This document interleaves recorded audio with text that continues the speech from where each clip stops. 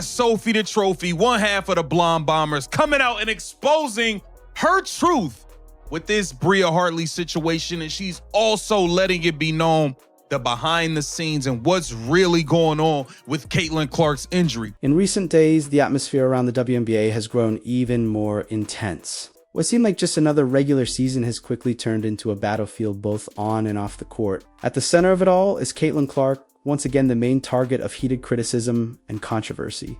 Now, unexpected statements and explosive actions are fueling debates among fans, analysts, and even players within the league, raising questions that could change the future of the Indiana Fever.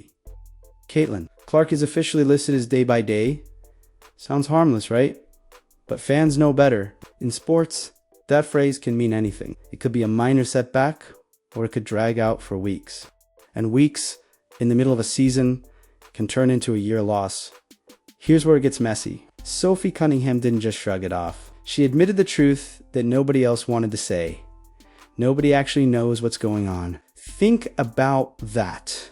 The most important player in the league, the one who fills arenas, drives TV ratings, and brings in new sponsors. And yet her injury status is basically a mystery. And Sophie added the dagger. Caitlin could probably already be playing if this weren't the WNBA different league, different officiating, different medical approach. Maybe she's already back on the floor, but instead, fans are left in limbo, watching the clock tick down and wondering if they'll ever see her suit up again this season. But here's the thing, the injury is only the surface. The deeper issue is how Caitlin is being treated night after night, and whether the WNBA is protecting its brightest star or quietly pushing her out. Caitlin Clark didn't stumble into this spotlight. She earned it. From breaking NCAA records to instantly selling out arenas as a rookie. She's done more for the league in months than most players could do in a decade. And what's her reward? Elbows, shoves, body checks. Every single game feels like she's in the octagon instead of on a basketball court. Even Sophie Cunningham laughed about it, saying it feels less like basketball and more like rugby or UFC. And she wasn't exaggerating. Watch the tape. Caitlin gets hacked, pulled, shoved to the floor, and refs swallowed the whistle. Meanwhile, other stars, like Paige Buchers, get the superstar whistle. One bump, and it's a foul. Caitlin, she can get clotheslined, and it's play on. Now, here's where it gets uglier. Sophie Cunningham herself has basically become the league's eighth. Every time she dares to point out the bias the fines roll in, she speaks the truth. Her paycheck gets lighter, yet when other players complain, nothing. Angel Reese openly suggests Caitlin is the one getting special treatment, and it's brushed off. Coaches rant in pressers and walk away clean. Sophie, she pays every single time. That's why fans are starting to ask the question the league doesn't want to hear.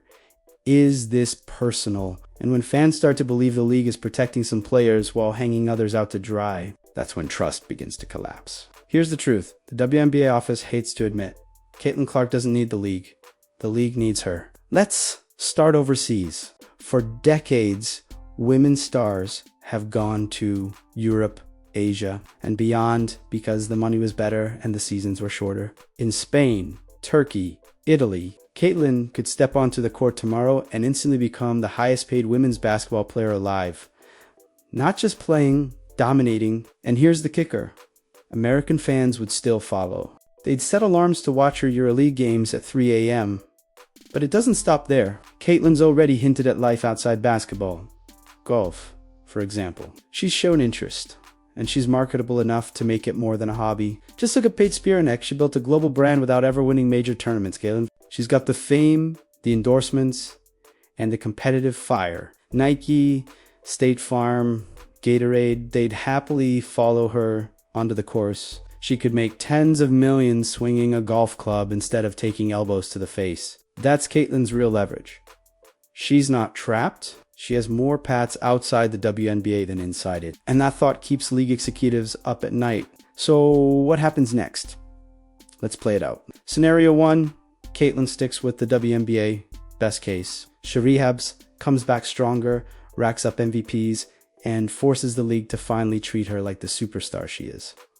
Worst case, injuries pile up, officiating never improves, and 5 years from now we're saying she could have been the greatest. Scenario 2, she takes her talent overseas. She signs a monster contract, destroys EuroLeague defenses, and still keeps our American fan base through streaming. Imagine the embarrassment for the WNBA watching their biggest star torch European teams while their own league looks weaker by the day. Scenario 3, she steps away from basketball entirely, focuses on golf, leans into endorsements, maybe even moves into media. She doesn't need to be the next Tiger Woods.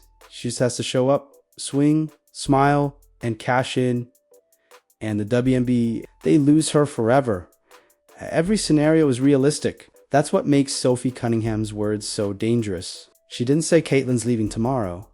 She simply reminded everyone that she could. And if she does, there's nothing the league can do to stop her. But let's not forget the mental toll. This isn't just about bruises and twisted ankles. This is about carrying pressure no American woman in sports has ever carried.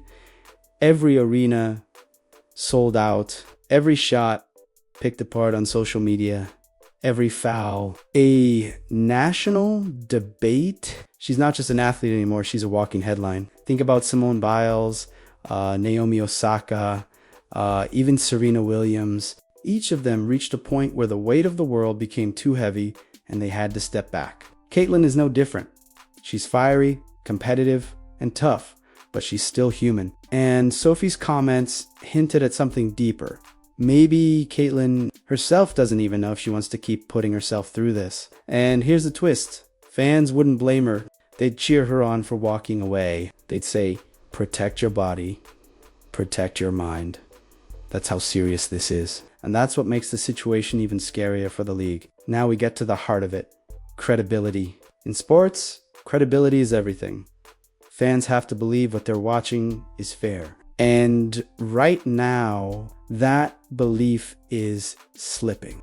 Every missed call against Caitlyn feels less like a mistake and more like a choice. Every fine against Sophie feels less like discipline and more like punishment for telling the truth. Every favorable whistle for Paige Buchers makes fans ask, is this rigged? Here's the thing about perception. Once fans believe the system is broken, it doesn't matter what the facts are. The damage is permanent. Remember the NBA referee scandals in the 2000s. Remember Major League Baseball SC steroid era. The WNBA is now staring at its own credibility crisis, and it revolves around Caitlyn Clark. If they can't restore trust and fast, they won't just lose Caitlyn.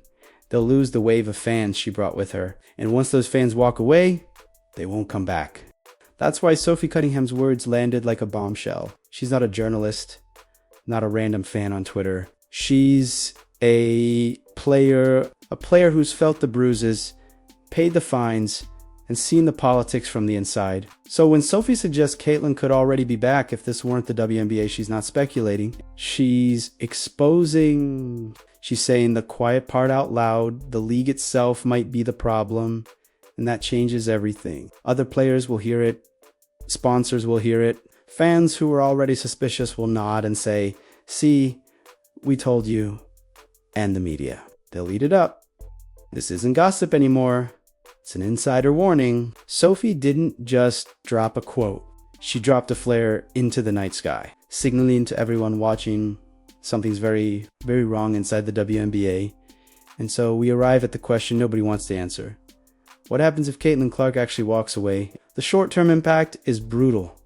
Attendance plummets, TV ratings collapse. Sponsorships dry up. The Caitlyn Clark effect gone overnight.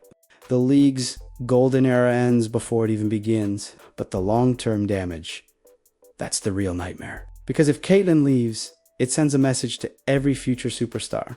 The WNBA isn't where you build your legacy. That's deadly. College stars will hesitate to join. Overseas leagues suddenly look like the real prize.